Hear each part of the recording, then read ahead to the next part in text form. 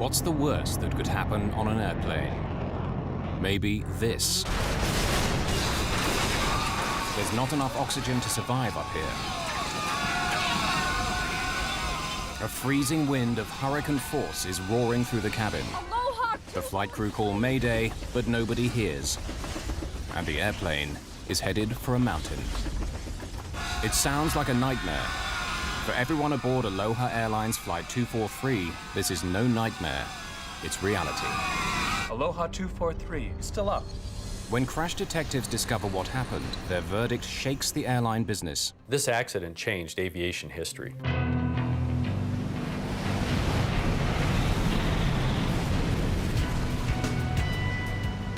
Some people choose to trespass in that narrow space between life and death. It's a scary place to be. Surfers get there by chasing killer waves. Just occasionally, fate puts ordinary people, not just thrill seekers, into that same deadly zone, where life hangs by a thread. On the afternoon of April 28, 1988, it will happen in the sky over Hawaii.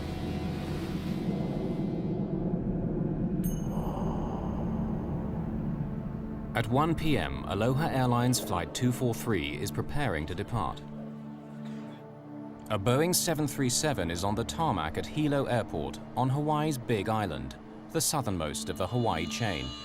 Flight 243 will be just a 35-minute hop to Honolulu on the island of Oahu. Serving the islands means that Aloha works its airplanes hard. They make short flights, but plenty of them. This airplane has been shuttling between the islands since early morning. It'll be its 9th flight today. For the flight crew, it's a routine they've followed for many years. Aloha 243. Roger. We're anticipating. Captain Bob Schornsteimer has been flying for 11 years with Aloha Airlines. Roger. His first officer, Mimi Tompkins, is hoping for promotion to captain after almost 9 years with Aloha. Did you hear any more about... Each of the flight attendants has a long service record too, but none so long as Clarabelle Lansing, known to everyone as just CB. Well, Mr. Kiner, welcome. Always good to see you, CB. You fixed some good weather for us. I'll smooth all the way. You bet. She's been flying for 37 years, since before the days of the first jet airliner. Let me help you with this. Oh, yeah. CB is the boss in the cabin, first flight attendant. Michelle Honda, a 14-year veteran, is number 2. Jane Sato Tomita has served 19 years. This is one of the most experienced crews you'll find, in an airplane that's been crisscrossing Hawaii's islands safely for 19 years. Circuit breakers. It's made more than 89,000 flights. On this day, only one other 737 in the entire world beats that record. Checked. Passengers have no reason to doubt they're in safe hands. Until one passenger, Gail Yamamoto, sees something that makes her pause. But what is it she's concerned about? And how worried should she be? Do I say something? Patricia Aubrey lives in Hilo, but has an appointment today in Honolulu. At first, she opts for the very front of the airplane, in row 1. But somehow she feels uneasy and decides to move further back. She chooses a free seat in row 17.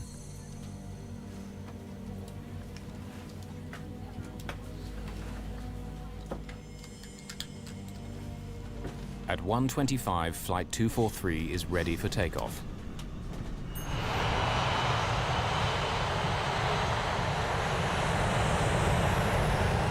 This airplane often rattles and shakes on takeoff and landing, but it's something the crew and regular passengers have grown used to. What's there to worry about?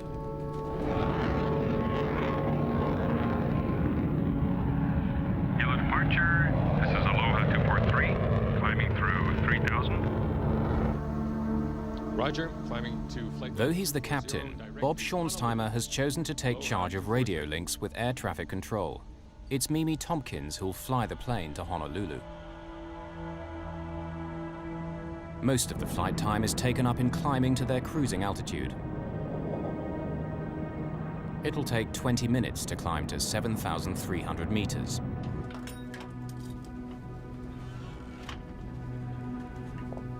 For many passengers, soaring high over the Pacific is all part of the daily routine.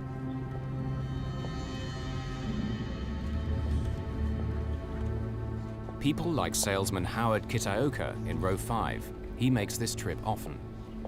When you've seen the view 100 times, 35 minutes is precious time to catch up on paperwork. The flight's so short that the attendants serve drinks while they're still climbing. They can move around, but the passengers are still strapped in. It's 1:45. 20 minutes into the flight, the aircraft is at cruising height. Honolulu Center, Aloha 243, leveling off at 240. The crew relax. See, where's that National Weather Service weather station out here? Is that in the old tower? In perfect flying weather, everything is following the familiar pattern. Do they?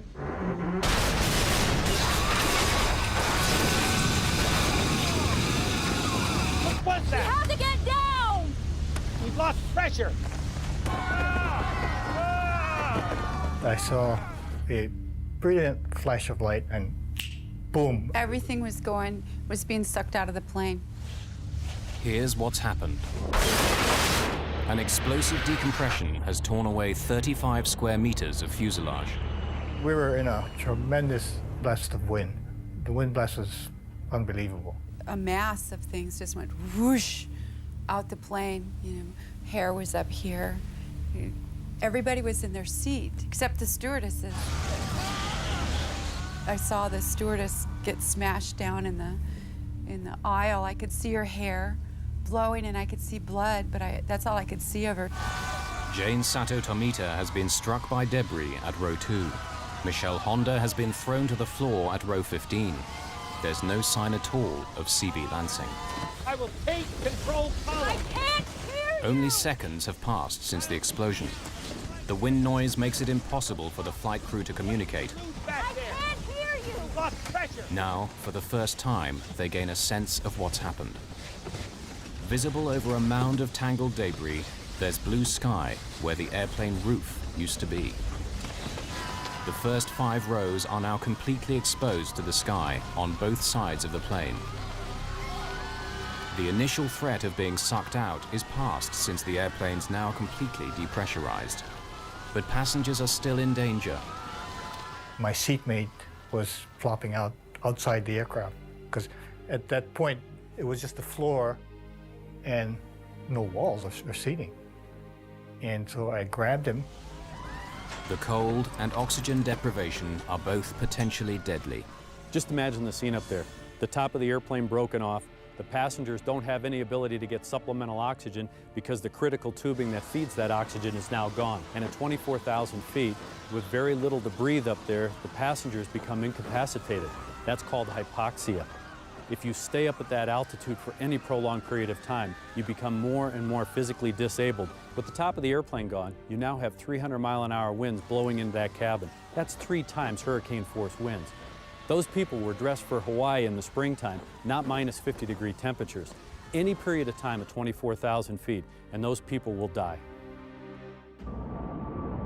High above the Pacific Ocean, an extraordinary drama is unfolding. An explosion at 7,300 meters aboard a Boeing 737 bound for the Hawaiian island of Oahu tears 35 square meters of fuselage from the airplane, exposing passengers to the sky. The cabin is depressurized with no emergency oxygen supply. Unless they rapidly reach a lower altitude where they can breathe again, the passengers will die. Captain Bob Schornsteimer takes over command of the aircraft from First Officer Mimi Tompkins. He begins an emergency descent, dropping 1,200 meters per minute, its speed now increasing to more than 500 kilometers an hour. As the aircraft hurtles down, passengers face a new terror. Wreckage blocks their view of the cockpit, and when the airplane split apart, the nose dropped down by around 1 meter. The plane is held together by just the narrow floor beams. The floor was buckling up, and you could tell the plane was bending in the middle. Michelle Honda can't go forward far enough to see whether the pilots are alive or dead. She tries to make contact via the intercom. Can anyone hear me? The wires are severed. As she struggles forward to try to reach the cockpit, she gets asked the one question she can't answer. Do we have a pilot? I don't know. Do we have a pilot? I do not know. Can you fly a plane? The terror of those on board can only be imagined as she asks the one question no airplane passenger wants to hear. Can you fly a plane? Michelle Honda was coming up and cupping her hands and yelling in everyone's ear individually, "Can you fly a plane?" I was like, what? You know, get out of here. Is the pilot gone too? You know, because you couldn't tell if there was anybody up there. Do you know how to fly a plane? No! First Officer Mimi Tompkins tries to alert air traffic control at Honolulu. Recordings from the cockpit voice recorder, the black box, analyzed later by accident investigators, provide a dramatic record of exactly what took place.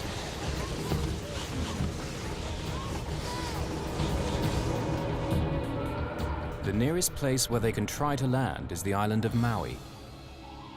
Kahului Airport lies between two volcanic mountains. Between them and safety lies a 3,000-meter-high summit. To fly from the location of the explosion to the safety of Kahului Airport, the pilot needs to carefully maneuver, avoiding this high ground. Can the fragile aircraft survive the stresses of turning, or if they ever reach the airport, of landing? And how can those on board survive? Jane Sato Tomita is barely conscious. Howard Kitaoka clutches her hand. The only faint sign of life is once when Jane squeezes back. I'm not exactly sure if she was conscious, but I did manage to squeeze her hand, and she responded by squeezing my hand, and we just held hands. That simple squeeze of the hand at a time like that is very, very emotional. Aloha 243. Do you read me? Mimi Tompkins is not getting through to Honolulu Air Traffic Control, so she switches to the frequency for the tower at Maui's Kahului Airport. Maui Tower. Aloha 243. Maui Tower. Aloha 243. Aircraft calling tower, say again. Aloha 243. For inbound descent. At 1:48, 3 minutes after the explosion, the crew make their first voice contact with the ground. Pressurized. Declaring an emergency. Aloha 243, say your position. To the east of Makita Point. Descending out of 11,000. Request clearance into Maui for landing. Request the emergency equipment. Airport fire station. We have an Aloha 737 5 minutes out. Approximately 20 miles. Cleared to runway 02. Decompression problems. Pilot is declaring an emergency. Thank you, Mauitar. In the station. Attention in the station. We have an in-flight emergency. We have a 737, 5 minutes out, 20 miles, runway 2. Souls on board, crew on board is unknown. It has decompression problems at this time. Runway 2.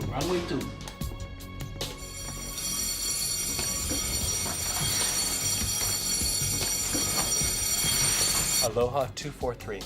Okay, the equipment is on the field. It's on the way. At 3,000 meters, flying west of the mountain, the pilot slows the aircraft and as gently as possible begins the right-hand turn towards Kahului. Passengers sense that someone must be in control of the aircraft. I've had some training as a pilot, and we were wings level. It wasn't in a dive or a roll, it was wings level. At that moment, I thought, we have a chance. Meanwhile, those on the ground are unsure about what kind of crisis they're facing. It's a small airport. An airliner in trouble will test the fire crew's experience. For the air controller, it's hard to hear the airplane at all. Just to verify again, you're breaking up. Your call sign is 243. Is that correct? Or 244. Aloha 243! Aloha 243! Aloha 243. Plan straight ahead for runway 02. I'll keep you advised of any wind change.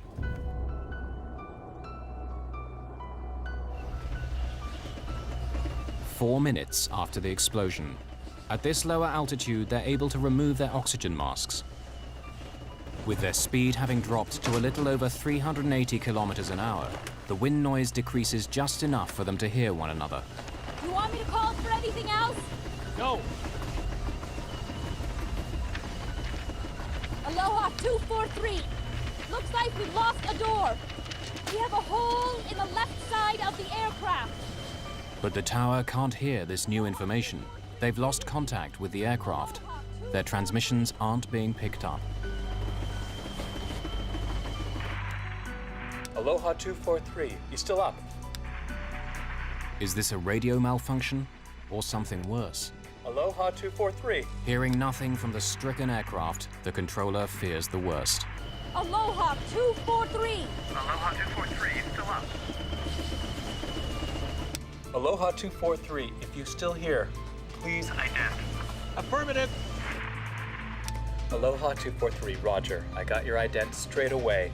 Cleared to land, wind 040 at 20 knots. Communication is restored, but the crew's ordeal is far from over. Cabin, do you hear? Now Mimi Tompkins tries to contact the cabin by intercom, but there's no response. Well, the crew doesn't really know what's going on behind them. The airplane is still flying. The captain now has to maintain his focus on flying that airplane, but he doesn't know what real damage exists behind him. Tell him we'll need assistance to evacuate. Right. Maui Tower, Aloha 243. Can you hear me on tower frequency? Aloha 243, I hear you loud and clear. Go ahead. We're going to need assistance. We can't communicate with the flight attendants. We'll need assistance with the passengers when we land. Okay, you're going to need an ambulance, is that correct? Affirmative. During the descent, passengers experience moments of pure terror. The plane kept vibrating and shaking, and the luggage racks were falling in, and there was electrical wires flying around, zapping, and pretty much pandemonium, but it looked like the plane was ripping in half. And suddenly, there's a new problem for the flight crew to handle. Just like manual reversion. What? The flight controls feel like manual reversion. It feels to the pilot as though hydraulic systems, like power steering in an automobile, have now failed. The airframe is under great stress. They need to land as soon as possible. Can we maintain altitude okay? There are so many thoughts that go through your head. Like one of my thoughts was, man, don't put this thing in the water. I mean, you have people around you are hurt, unconscious. I didn't want to have to say, well, I'm gonna try to save this guy first and that guy first, whatever. And don't put it on the water. The crew fear that critical wiring and control cables may have been severed. Have any of the airplane's vital parts been damaged? Let's try flying with the gear down. All right, you've got it. There are lights to indicate whether or not the landing gear has safely deployed. The main undercarriage has extended as normal. But the light showing that the nose wheel has extended doesn't come on. The last thing the pilot wanted to see, especially with his airplane in the condition it was in, was that he didn't have a nose gear, because when the nose touched down on the runway, it would have broken the airplane apart, therefore breaking probably the fuel tanks apart, which could lead to a very dramatic fire and explosion. A second attempt to extend the landing gear. The nose gear light is still out, but the radio link is so bad, the tower is still trying to assimilate the crisis. Aloha 243. Just to verify, you do need an ambulance, is that correct? They still don't understand. Affirmative. Roger, how many do you think are injured? We have no idea. We can't communicate with the flight attendants. Okay, we'll have the ambulance on the way. There's a possibility that we won't have a nose gear. Now Bob Schornsteimer has to make a critical decision. Should he wait for confirmation that the undercarriage is down, or land anyway? The textbook in this case would tell the pilots to overfly the airfield so that the air traffic controllers can look at the landing gear and give them a report whether it's up or down. The pilots would then have to maneuver the airplane all the way around the airfield, come in for an approach, and land. But with an airplane which might break apart at any moment, that's out of the question. Tell them we've got problems. But we're gonna land anyway, even without a nose gear. So they should be aware that we don't have a nose gear indication down. Aloha 243. Wind now 050. The emergency equipment is in place. Okay, be advised, we have no nose gear. We are landing with no nose gear. Okay, if you need any other Assistance, advise. We'll need all the equipment you've got. Maui is not an ideal place to head for with the damaged airplane. The island's exposed north shore lies directly in the path of the trade winds. I've done that landing a lot of times, and that particular approach corridor is very windy because of the mountain on one side and mountain on the other. So it's a very bumpy approach. But that's basically all we had. Get in a brace position. Brace yourself, get down. Any kind of in-flight turbulence, that would have put great stresses on the front end of the airplane, and there's a high probability that the cockpit would have separated from the rest of the fuselage, catastrophic loss of the airplane, and a loss of life. With the airfield now in sight, Bob Schornsteimer has more critical decisions to make. He begins to slow the aircraft for landing. Let's try flaps 15. An airplane's flaps are sliding panels at the back of the wings. To increase lift at low speeds, they need to be extended during takeoff and landing. Is it easier to control with the flaps up? Yeah. Put them back to 5. Can you give me a V speed for a flap 5 landing? No two aircraft landings are the same. Pilots have to factor in many things: the wind speed and direction, passenger and fuel load, and the length of the runway before them. Do you want the flaps right down as we land? What? Do you want the flaps right down as we land? Yeah. But after we touch down. Okay.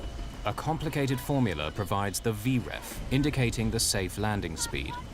Even in a crisis like this, pilots have to reach for the manual. Extending the flaps fully will help act as a brake once they touch down. But to do it earlier could stress the airframe to breaking point. What you have to remember is that the pilots weren't trained to handle a situation like this. With the top of their airplane missing, they became test pilots. The aerodynamic effects of the airplane were drastically different than they were used to. They really had to fly by the seat of their pants. Aloha 243, wind now 050 at 20. VREF 40 plus 30, flap 1 through flaps 15. 120? Using her flight manual, the first officer makes the complicated calculation that will give their correct landing speed. Right. The safe speed for landing, taking into account the length of Kahalui's runway 2, is calculated to be 152 knots, 282 kilometers an hour.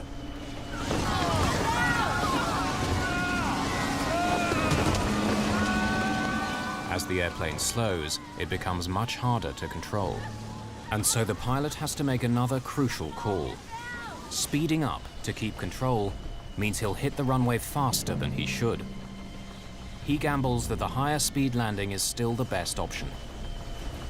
Our approach speed, I felt, was hot. I mean, we were coming in hot.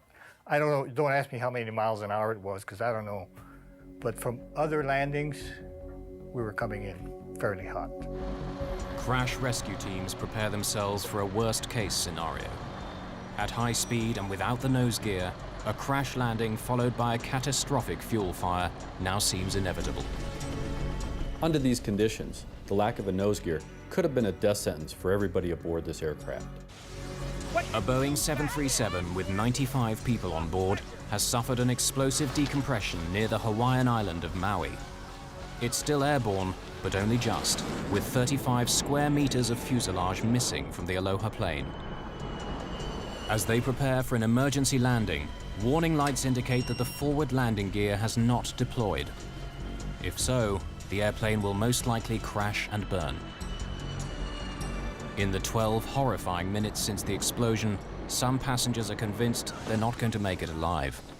I thought he was going to go in the water, and I was eaten by sharks. And then we saw the mountain, and I didn't think we were going to make it over it. I just knew we were going to crash into that mountain.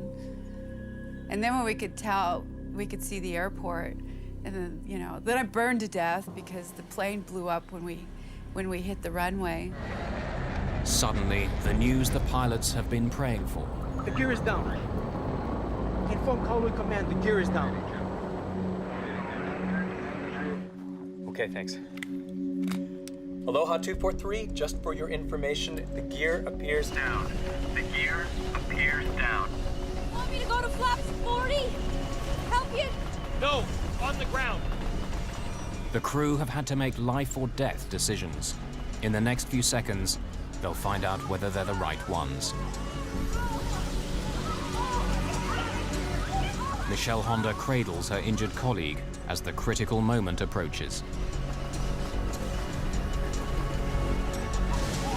Passengers comfort one another in what may be their last moments alive. A woman that was sitting next to me, and her husband, he was on the other side in the next row up, and she was next to me, and they were reaching their hands out, and they were trying to touch fingers to say goodbye. That was a really touching moment for me. It was when I really knew I was going to die, because they were saying goodbye to each other. What gave me the most comfort was knowing that my wife and my kids knew what I felt. That was great comfort. I didn't need to tell them anything further, that I love you, or, you know, I worry about you, because I felt that I had already said that.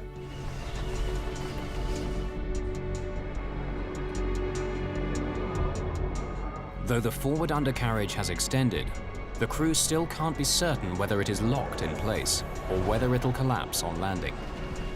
If it doesn't hold firm, 40,000 kilos of airplane traveling at close to 320 kilometers an hour will smash nose down onto the tarmac.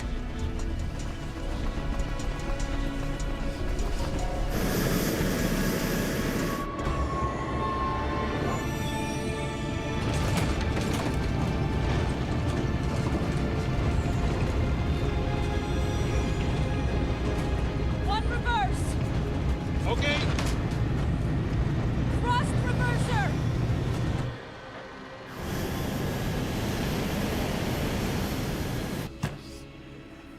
Aloha 243, just Shut it down where you are. Okay. everything's fine. The gear did it. The fire trucks are on the way.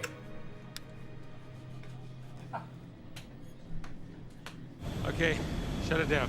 Shut it up?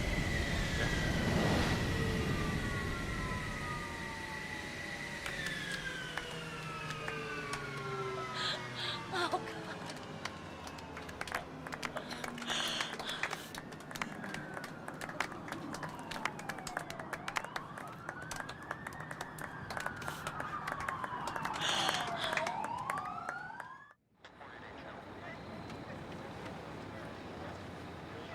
In this extraordinary video, captured moments after landing, the amount of damage the airplane suffered is difficult to comprehend. An emergency evacuation of passengers who escaped injury has just been completed. Some injured passengers have still to be helped from the plane.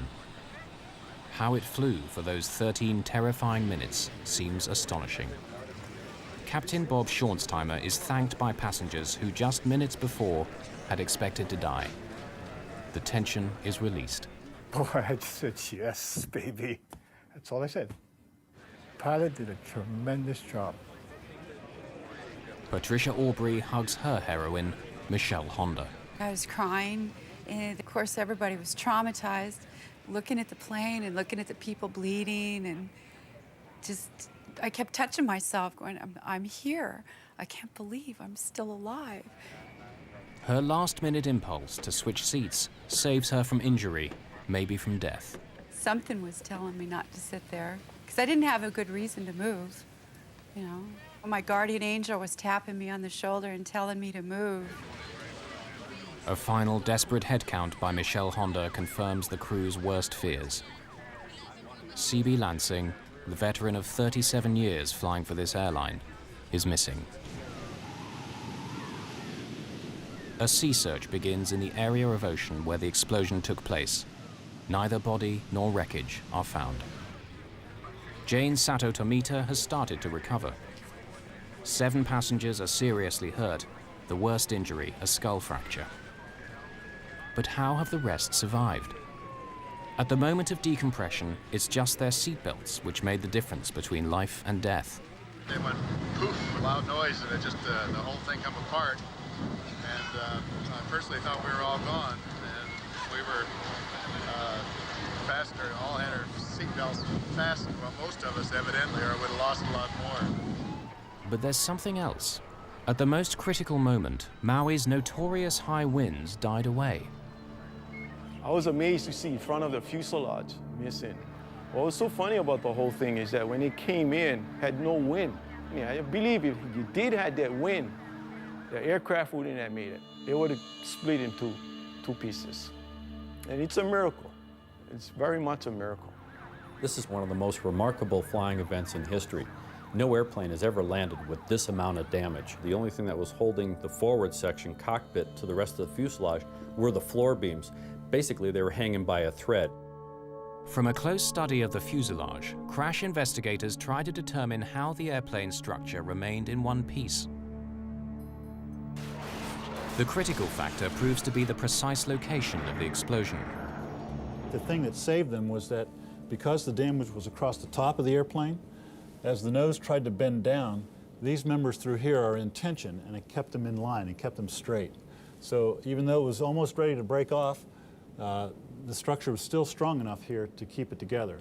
If this damage had been along the bottom and the nose is trying to bend down this way, the structure would have been, this similar structure would have been in compression and it would have buckled and the nose would have certainly come off. So it was fortunate that the damage was across the top. How does the roof of a jet airliner simply blow away? The U.S. National Transportation Safety Board, NTSB, is tasked with discovering what happened. Investigators pull the airplane's records, something like an automobile service history, and suspicion falls right away on the airplane itself.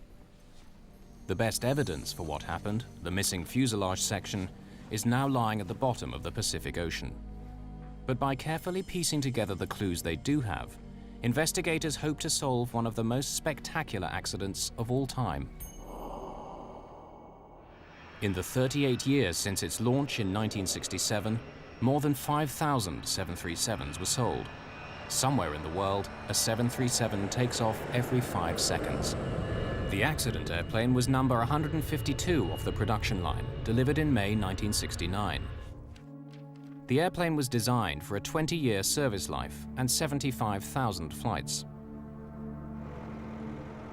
This one had exceeded that number, though many were of short duration. Its fuselage was under constant stress because of pressurization. The fuselage of the airplane is actually breathing. It expands and contracts depending on altitude. When it's on the ground, it's in a contracted status. When it's at altitude, 24,000 feet, the fuselage expands. So the airplane is constantly cycling. That's pressurization. That will weaken the structure over a long period of time. And given the history of this airplane being a very high cycle airplane, that probably had something to do with weakening the structure of the fuselage. With thousands of 737s taking to the skies each day, investigators need to be certain what made this one burst apart. An Aloha Airlines Boeing 737 bursts apart in mid-air over Hawaii. After 13 extraordinary minutes in the air, it makes an emergency landing on the island of Maui. Investigators need to discover what caused this spectacular incident. In Washington, D.C., Jim Wildey is one of the NTSB team who worked the case.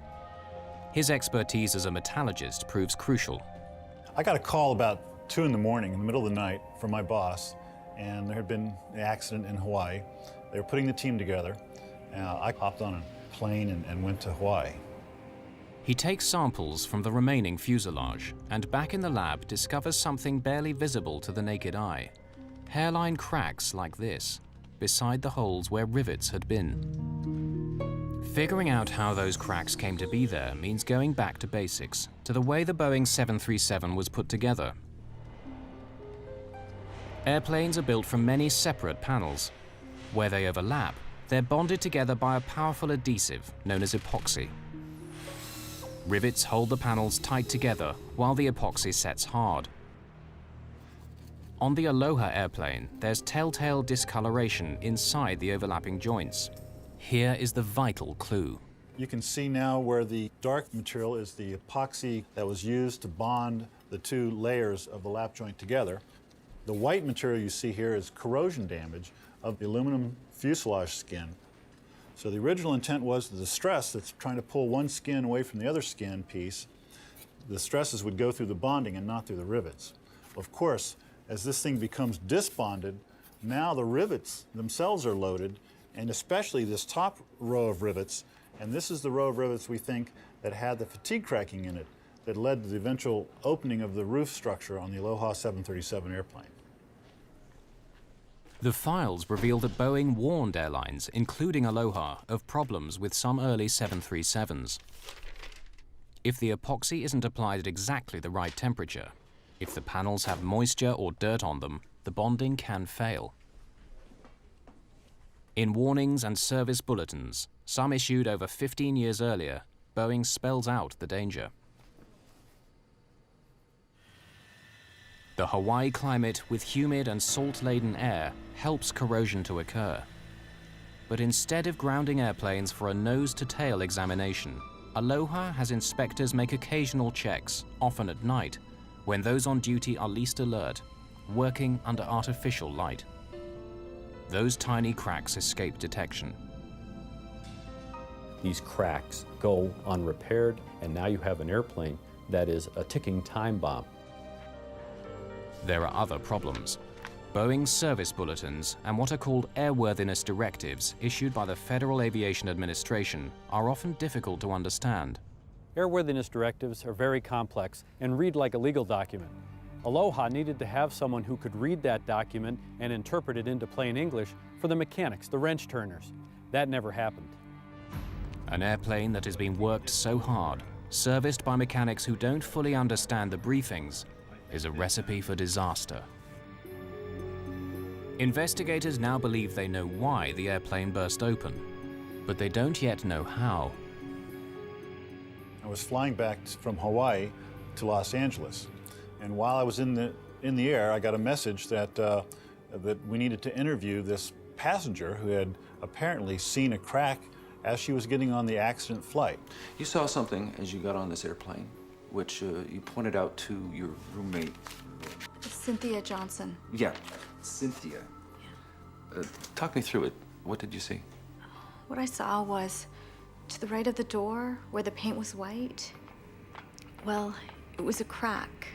It was like, not a hole exactly, but the metal on top had come away from the metal below. I was going to tell the flight attendant, you know, but they were busy and we had to take our seats. Well, yeah, you figured, you know, they know what they're doing. It's their airplane. I didn't want to make a fuss or anything. No, absolutely.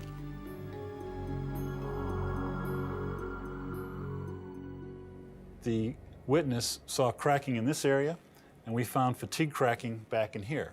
So this is the line where the fatigue cracking joined up. One piece came down this way and folded off, and the other piece went across the top and came off to the right side. But something still doesn't make sense. Boeing designed the 737 and other of its aircraft so that this should never happen. Every 10 inches along the airplane are what are called tear straps inside the fuselage to strengthen it. If a tear begins, it should only reach the next strap before shooting off at a 90-degree angle. Though there's a hole in the aircraft, it acts like a safety valve. The purpose of the tear strip is to confine any kind of rip or tear in the fuselage skin to a 10-inch square, basically. If you allow it to propagate beyond this 10-inch square, you could then compromise larger sections of the fuselage and cause a blowout. The 10-inch square allows a controlled decompression and confines any structural damage to a very small area. So why has the safety valve failed here? The NTSB believe there were so many cracks in the fuselage that they simply joined together, running right through the tear straps. The Aloha airplane was kind of unique in a couple of ways. The way it was operated was with very short flights, so you had large numbers of these pressurization cycles, and stress was going on and off on these rivet locations. And secondly, with the disc bonding, all this stress is now going through the rivets, and that led to the linking up of these cracks and then the roof coming off the airplane. But is that the final answer on what happened to Flight 243? A new theory claims to shed fresh light on those dramatic events.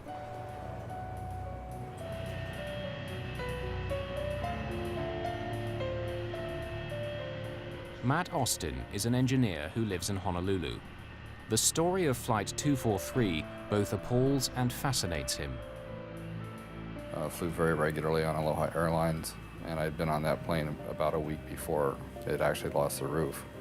You could tell that something was loose in the airplane. It's just like when you're in an old car and you hit a bump, you can hear the rattles in it that you won't hear in a new aircraft. In this case, when the aircraft landed, there would be noises and rattles you wouldn't hear on the newer aircraft. He begins his own investigation, scrutinizing the 4,000 pages of evidence and photographs gathered during the official inquiry.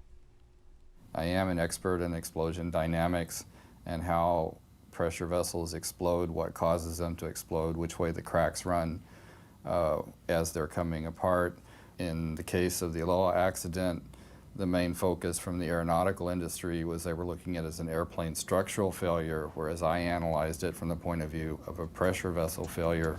As he reviews the evidence, one question keeps recurring. Why is CB Lansing sucked out of the aircraft and not her colleague Jane Sato Tomita? Jane was further forward than CB at the crucial moment. Jane was at row 2. CB was at row 5. The NTSB believes the roof separation began near row 3. Passenger testimony gathered shortly after the incident suggests that CB Lansing was sucked upwards and to the left, but not forward. I was on the aisle, on the right. So I look up from my magazine, I see a pair of legs go up and out on the left, just back of first class. From where I was, if the nose was 12, this is at 11, yeah? Forensic evidence suggests another possible scenario. Michael Sweet, an ex-cop, is now a specialist in blood spatter analysis. By studying bloodstains at crime scenes, he can help put a killer behind bars or free the innocent. He examines official photographs of the 737 fuselage. This is a large photograph of the left side of the airplane. The front would be in this location. There's what we suspect to be a bloodstain pattern on the right beside the window, right here. Could this bloodstain be where CB Lansing's head impacted with the outside of the fuselage? The analyst believes so. Well, the fact that there are bloodstains on the side of this airplane suggests to me that the blood source in this case was momentarily trapped when it came into contact with the side of the airplane. If the flight attendant in this case was ejected outside of a gaping hole, I would expect her to disappear almost immediately and not leave any bloodstains on the side of the airplane. This analysis suggests only that she was trapped, but without explaining how or why. Matt Austin believes he has the answer. On April the 28th, 1988, a Boeing 737 owned by Aloha Airlines in Hawaii suffers an explosive decompression in midair. Amazingly, it lands safely with the loss of one crew member. Investigators blame metal fatigue due to poor maintenance. But a new and controversial theory has emerged, challenging at least part of the chain of events. What if a safety hole has opened up as it was designed to do, but directly above the flight attendant? Matt Austin believes CB Lansing is sucked into the safety hole, momentarily blocking it.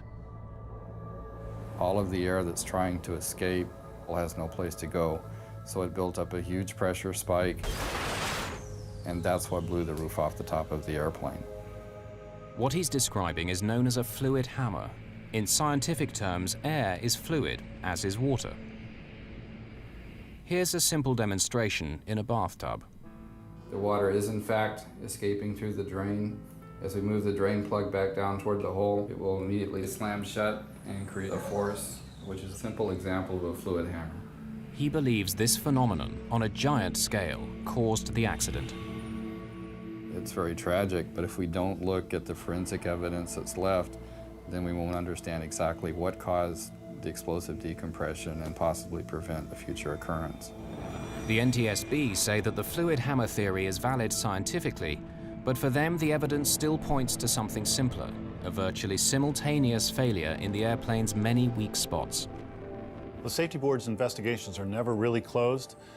We always would take into account any new information that comes out. I believe in the case of the Aloha accident, we have not changed our probable cause, and we still are sticking with the probable cause as we determined back in 1988. Since the crucial physical evidence was never found, what happened on board at the precise moment of explosion will probably never be known. Aloha Airlines management took most of the blame for their poor maintenance regime. The NTSB demanded that the Federal Aviation Administration do a much better job enforcing maintenance standards. Boeing had already improved their manufacturing process to prevent the adhesive becoming so easily contaminated. What happened on Flight 243 made flying safer. Soon after, Congress passed the Aviation Safety Research Act. This accident had a very profound effect on the aviation industry and the way we look at aging airplanes, old aircraft. We changed the way we monitor how they age, the way we inspect them, and of course now how we manufacture them. We use different processes. This was a very critical accident for aviation history. Those 13 terrifying minutes also left their impact on the survivors of Flight 243. I had to go through a healing process. I took fear of flying classes, and the old saying of you fall off a horse and you get back on it is very accurate, but it's a lot tougher to actually do it.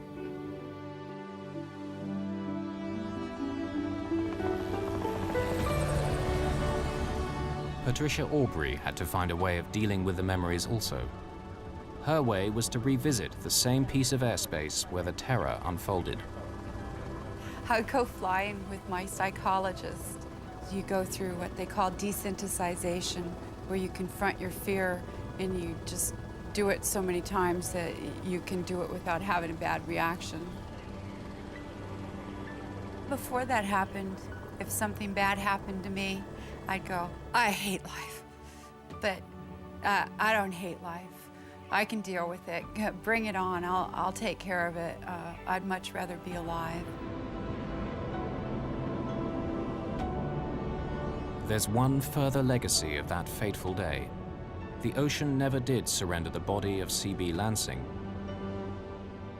Instead, a memorial garden honoring the veteran flight attendant was planted at Honolulu Airport, beneath the big Hawaiian sky where she spent the better part of her life, and where it was so suddenly ended.